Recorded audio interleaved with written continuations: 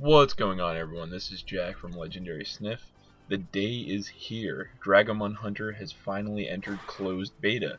And if you're like me and Anthony, you bought your way into this because you're also pathetic. Anyways, I've been playing this game for roughly an entire day now, which puts me at enough time I feel like I can finally have a strong opinion on this game. With this opinion, I'm going to walk you through whether or not Dragomon Hunter is a good game, and further, is it worth playing? Do know that this video was made during the closed beta, as I stated earlier, so if you're watching this and the game is no longer in the closed beta, this might not be helpful.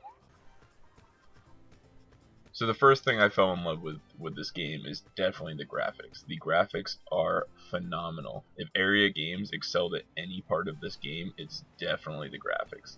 It's got the cartoony Japanese feel that Aura Kingdom had and a lot of their other games share, and you can feel that the developers really hit what they were aiming for.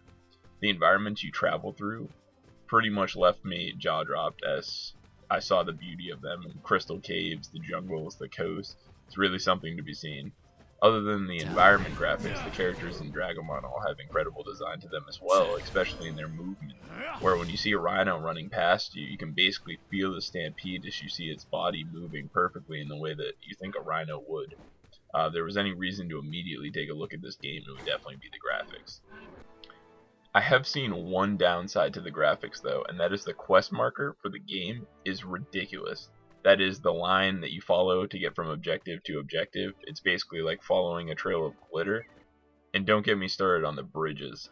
Outside of this glitter trail causing me issues though, I'd say the graphics have been pretty on point. Next I want to talk about the controls. It's one of the first things that really bothered me when I opened this game, because I'm used to playing games like World of Warcraft and Rift, where the strafe keys are Q and E and the look keys are A and D, and for whatever reason they decided it was necessary to switch these up. So starting the game out annoyed me, until finally I did just make the quick change of putting in some key bindings to switch it back to the way it normally is, and now I've never had this problem again. After fixing that, the game handles beautifully.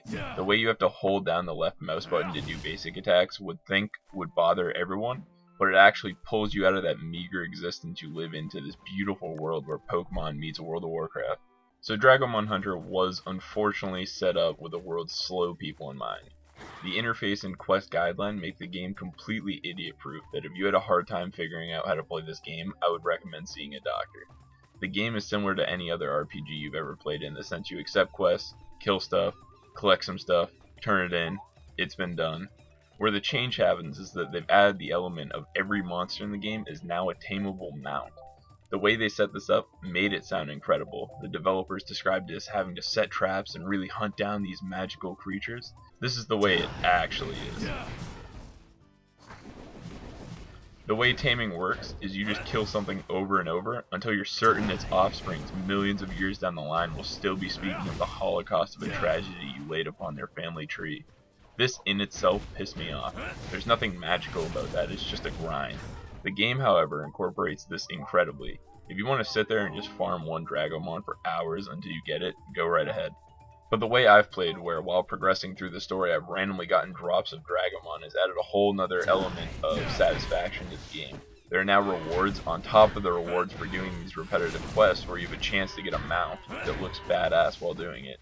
The only thing that sucks is you can get time restricted mounts that you can only use for a day instead of forever, but you can get the forever mounts from drops also. One of the final points I want to make is the game pay to win. The game was sold as being every item that you could buy with real world money, you could also buy with in-game currency, which I found to be entirely true. Things like bag expansions and mounts that you could purchase with real world money are also available with the in-game currency. I've yet to see anything that's not set up so. Wrapping it up though, overall I've thoroughly enjoyed the day I've spent playing this game. I plan to play it with Anthony for much longer in the future and hopefully have a guild going within the next couple of days. There's a lot of long-term objectives that you definitely have to play the game for a while to get to. As of now, I'd probably give the game a solid 8 out of 10 and would definitely recommend that anyone who's a fan of Pokemon or MMOs like World of Warcraft or Aura Kingdom, check it out. As always, make sure to like, comment, and subscribe to be part of our steady stream of content similar and different to this. Thanks a bunch and happy hunting.